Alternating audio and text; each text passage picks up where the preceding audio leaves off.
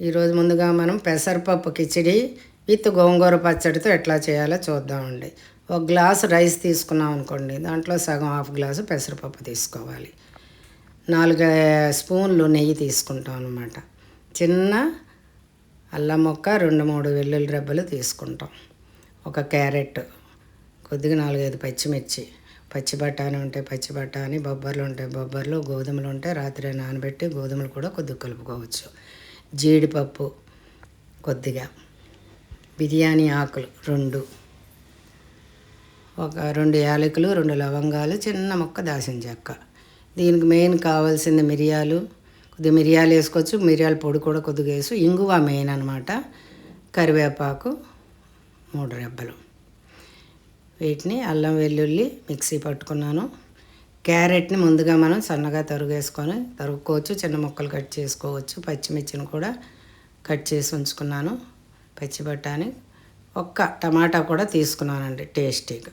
చిన్న చిన్న ముక్కలు కట్ చేసుకున్నాను. ముందుగా ఒక గ్లాసు రైస్ను దాంట్లో వేసేసి, ఈ లోపల 1.5 కథ పెసరపప్పుతో 3 గ్లాసుల బదులు నేను 4 గ్లాసులు కిచిడి కొద్దిగా ఎక్కువ వేసుకుని, కొంతమంది 4.5 కూడా వేసుకోవచ్చు. మన కుక్కర్లోని పెసరపప్పు నుట్టినే ఏమి వేయకూడదు, వేసి వేడి చేసి ఆ రైస్లో వేసేసి కడిగి ఉంచుకుంటాం అనమాట. ఈ లోపల నెయ్యి వేసి, యాలకులు, దాల్చిన చెక్క, లవంగాలు వేసి, మిరియాలు మెయిన్ వేసి, జీడిపప్పు, బిర్యానీ ఆకు, ఇంగువ అన్నాం కదా, మెయిన్ ఇంగువ వేసి, దంచిన అల్లం వెల్లుల్లి వేసి తిప్పుతామండి. లోపల పచ్చిమిర్చి కూడా వేసుకుంటాం. క్యారెట్,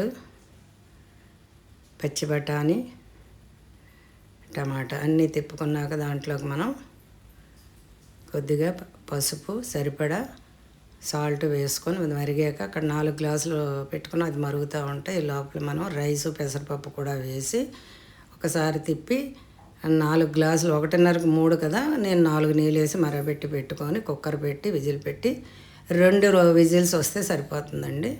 దాన్ని తీసి పక్కన పెట్టుకోవాలి. లోపల గోంగూర మనం ఎప్పుడైనా తెచ్చినప్పుడు శుభ్రంగా ఒలిసేసి శుభ్రం కడిగి బట్ట మీద వేసి ఆరిపోయాక దాన్ని కొద్దిగా నూనె వేసి సాల్ట్ వేసి వేయించి పక్కన పెట్టేసుకోవాలి డబ్బాలో. పచ్చిమిర్చి వేయించినవి, వెల్లుల్లిపాయలు, జీలకర్ర, ఇంగువ మెయిన్ దీనికి కూడా. ఒక టమాటా, ఒక ఉల్లిపాయ తీసుకున్నానండి, టమాటా కాదు ఉల్లిపాయ తీసుకున్నాను. ఆవాలు 1 స్పూను, 2-3 స్పూన్లు పచ్చిశనగపప్పు మాత్రం ఎక్కువ ఉంటే బాగుంటుంది. వెల్లుల్లిపాయ 2 రెబ్బలు. దీనికి మెయిన్ ధనియాలు బాగుంటాయండి, కరివేపాకు, ఎండుమిర్చి 4-5. ఈ మిక్సీ గిన్నెలోకి వేగిన గోంగూర, జీలకర్ర, పచ్చిమిర్చి అన్నీ వేసి మనం మిక్సీ పట్టుకొని ఉంచుకుంటామండి. తాలింపు పెట్టుకున్నాక మనం ముందుగా ఆవాలు, జీలకర్ర, వెల్లుల్లి వేస్తాము అనమాట. ఇలాగో శనగపప్పు 2-3 స్పూన్లు అనుకున్నాం కాబట్టి ఇందులో శనగపప్పు బాగుంటుంది పంటికి నలిగి. అది వేగాక ధనియాలు కూడా వేస్తాం. ధనియాలు, ఎండుమిర్చి, కరివేపాకు కూడా వేసి దాన్ని కట్టేసి ఇంగువ వేసుకొని మనం ఉల్లిపాయలు వేసుకొని సరిపడ మళ్ళీ దీంట్లో కూడా ఉప్పు, పసుపు వేసుకొని గ్రైండర్ ఆడిన గోంగూరను కలిపి పక్కన పెట్టుకుంటాం. ఇప్పుడు కుక్కర్ మూత విజిల్ చేసి చూద్దామండి ఎట్లా ఉందో. ఎంత బాగా ఉడుకుందో చూడండి. కొంతమంది కొత్తిమీర అని, పుదీనా అని వేస్తారు, అవన్నీ వేయొద్దండి, బాగోవు. నేచురల్గా చేసుకోవాలి. అప్పుడు ఇట్లా తిప్పుకొని మనం ప్లేట్లోకి తీసుకొని వడ్డించుకొని దానికి సరిపడా గోంగూర పచ్చడి కాంబినేషన్ తింటే మళ్ళీ మళ్ళీ మళ్ళీ చేసుకుంటారండి.